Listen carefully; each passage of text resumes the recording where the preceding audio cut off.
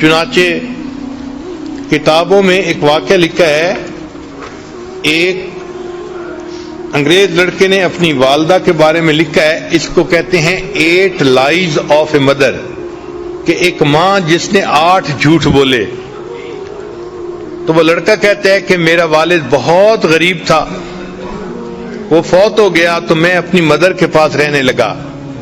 اب مدر کا کوئی ذریعہ آمدنی نہیں تھا، تو ہمارے گھر میں کھانا جو پکتا تھا وہ بھی بہت تھوڑا ہوتا تھا، اور ہمیں بھوک لگی ہوتی تھی، اور جب کھانا پکتا تھا تو والدہ میری پلیٹ میں میرا حصہ ڈالتی اور اپنی پلیٹ میں اپنے لیے کھانا ڈالتی۔ پھر کھانے کے دوران جب میں اپنا کھانا ختم کرنے لگتا تو ماں محسوس کرتی کہ مجھے اور کھانے کی ضرورت ہے، تو وہ اپنی پلیٹ میں سے رائس میری پلیٹ میں ڈال دیتی تھی اور کہتی تھی کہ eat this rice son, I am not hungry, کہ بیٹے تم یہ چاول کھا لو، مجھے اتنی بھوک نہیں ہے۔ وہ بچہ کہتا ہے کہ بعد میں بڑے ہو کے مجھے پتا چلا کہ میری ماں اس وقت جھوٹ بول رہی ہوتی تھی، بھوک اس کو بھی ہوتی تھی، لیکن وہ مجھے تسلی دینے کے لیے کہتی تھی کہ بچے تم کھا لو، مجھے بھوک نہیں لگی ہوئی۔ یہ میری ماں کا پہلا جھوٹ تھا۔ وہ کہتے ہیں کہ پھر چونکہ ہمیں کھانے میں کوئی اچھی نیوٹریشن نہیں ملتی تھی، تو جب ویکینڈ آتا تھا تو میری والدہ مجھے قریب میں ایک ریور تھا وہاں لے جاتی تھی، اور وہاں پہ ہم فشنگ کرتے تھے تاکہ اگر ہمیں کوئی فش مل جائے تو ہم اس فش کو گھر میں پکائیں اور کوالٹی فوڈ مل جائے۔ وہ کہتے ہیں کہ ایک دن میں نے 2 فشز پکڑی، ان کو لے کے جب گھر آئے تو میری والدہ نے ان کو کوک کیا اور مجھے کھانے کے لیے دونوں دے دیں۔ وہ کہنے لگا کہ میں بیٹھ کے والدہ کے ساتھ فش کا کباب کھانے لگ گیا، اور چونکہ فش 2 تھیں اور زیادہ سارے کباب تھے تو میں اس طرح سے کھا رہا تھا کہ جو فش کی بون تھی ان کے ساتھ بھی کچھ میٹ لگا ہوا تھا، تو میں کھا کے رکھتا جا رہا تھا۔ میری والدہ آ کے میرے پاس بیٹھ گئیں اور اس نے وہ جو بونز تھی وہ اٹھا کے ان کے ساتھ جو میٹ تھا وہ کھانا شروع کر دیا۔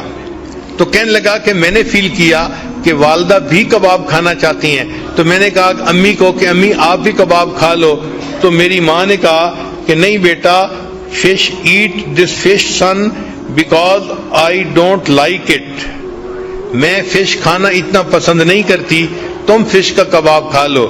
اور یہ میری ماں کا دوسرا جھوٹ تھا، حالانکہ فش اسے پسند تھی اور وہ بچے ہوئے اس کی جو ہے نا میٹ کو بون سے کھا رہی تھی۔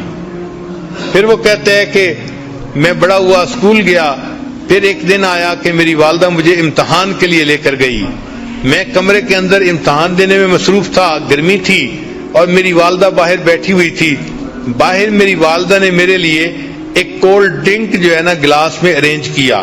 چنانچہ جب چھٹی کا ٹائم ہوا میں باہر نکلا تو میری والدہ نے مجھے وہ ٹھنڈا گلاس شربت کا پیش کیا، تو میں نے اسے کہا کہ امی آپ پی لو، تو وہ مجھے کہنے لگی کہ بیٹے مجھے پیاس نہیں لگی ہوئی، تم پی لو۔ تو والدہ نے وہ سارا کا سارا جوس مجھے پلا دیا اور خود کچھ نہیں پیا۔ یہ میری والدہ کا تیسرا جھوٹ تھا۔ پھر کہتے ہیں کہ جب میں ذرا بڑا ہوا تو میرے اسکول کے ایکسپینسز بھی تھے، تو اب والدہ کو کوئی نہ کوئی کام کرنا تھا، تو والدہ نے کیا کیا کہ قریب میں ایک میچ فیکٹری تھی، تو وہاں سے خالی ڈبے لے کے آتی تھی اور گھر میں رات کو بیٹھ کے ان کے اندر میچز کو بھرا کرتی تھی۔ چنانچہ ایک رات میں نے دیکھا کہ والدہ ساری رات جو ہے وہ بیٹھ کے کام کرتی رہی کہ تاکہ اس سے کچھ پیسہ ملے اور میرا خرچہ چلے۔ کہتے ہیں صبح کے وقت جب میری آنکھ کھلی تو میں نے دیکھا، تو میں نے امی سے کہا کہ امی آپ سو جائیں، تو ماں نے مجھے دیکھ کے کہا کہ go to sleep my dear son, I am not tired, کہ بیٹے تم سو جاؤ، میں ابھی تھکی ہوئی نہیں ہوں۔ یہ میری والدہ کا 5واں جھوٹ تھا۔ حالانکہ وہ تھکی ہوئی تھی لیکن مجھے اس نے کہا کہ میں تھکی ہوئی نہیں ہوں، تم سو جاؤ۔ پھر وہ کہتا ہے کہ میں نے اسکول میں اچھی پرفارمنس دکھائی، اس کے اوپر مجھے اسکالرشپ مل گیا اور مجھے امریکہ کی ایک بہترین یونیورسٹی میں داخلہ مل گیا، تو میں اپنے گھر سے امریکہ شفٹ ہو گیا۔ وہ کہتے ہیں کہ جب میں پڑھنے کے لیے وہاں چلا گیا تو فون پہ میری والدہ مجھے کہتی رہتی اپنا خیال رکھنا، اپنی پڑھائی کا خیال رکھنا، یہ کرنا وہ کرنا۔ وہ کہتے ہیں کہ پڑھنے کے بعد پھر مجھے ایک جاب مل گئی تو میں نے ایک گھر بھی کرائے پہ لے لیا اور اس کے بعد پھر میں نے شادی کا بھی پروگرام بنا لیا، حتیٰ کہ میری شادی ہو گئی۔ تو میں نے اپنی والدہ کو بتایا تو والدہ نے کہا کہ بیٹا تم اپنی بیوی کو خوش رکھنا اور اپنے گھر میں خوشی سے زندگی گزارنا۔ میں نے والدہ سے کہا کہ امی آپ یہاں آ جائیں، ہم میاں بیوی اکیلے ہیں، آپ ہمارے پاس آ کر رہیں، ہمیں آپ کی جو ہے وہ کمپنی بھی مل جائے گی اور میں آپ کے لیے اداس بھی ہوں۔ تو میری والدہ نے مجھے کہا کہ نہیں بیٹا، مجھے تو جو بڑے گھر ہوتے ہیں ان میں رہنا اچھا نہیں لگتا، میں اپنے اسی چھوٹے سے کرائے کے گھر میں زیادہ بہتر ہوں۔ یہ میری والدہ کا 7واں جھوٹ تھا جو اس نے میرے ساتھ بولا۔ پھر میرے پاس چونکہ پے اچھی تھی تو میں چاہتا تھا کہ اپنی والدہ کو ہر مہینے کچھ نہ کچھ پیسے دے دیا کروں۔ تو میں نے ایک مرتبہ کچھ پیسے اپنی والدہ کو بھجوائے تو میری والدہ نے وہ پیسے مجھے واپس بھجوا دیے۔ تو جب میں نے پوچھا کہ امی آپ نے پیسے واپس کیوں بھجوائے تو والدہ نے کہا کہ بیٹا میرے پاس انف منی تھی، مجھے اور پیسے کی ضرورت نہیں تھی۔ یہ میری والدہ کا جو ہے وہ 7واں جھوٹ تھا جو اس نے میرے سامنے بولا۔ پھر کچھ ایسے دن گزرے کہ والدہ نے فون میں مجھ سے رابطہ نہیں کیا تو میں بھی پریشان تھا کہ 3-4 مہینے ہو گئے والدہ سے فون پہ کبھی تسلی سے بات نہیں ہوئی۔ کہنے لگے کہ پھر ایک دن ذرا میں نے جب زیادہ فون کیا تو مجھے پتا چلا کہ میری والدہ بیمار ہیں اور ہاسپٹلائز ہیں۔ وہ کہتے جب مجھے یہ پتا چلا تو میں ٹکٹ بنوا کے فوراً اپنے گھر آ گیا۔ میں ہاسپٹل گیا، میں نے جب اپنی والدہ کو دیکھا تو میری والدہ بالکل ہڈیوں کا ڈھانچہ بن گئی تھی، اس نے بہت سارا ویٹ لوز کر لیا تھا۔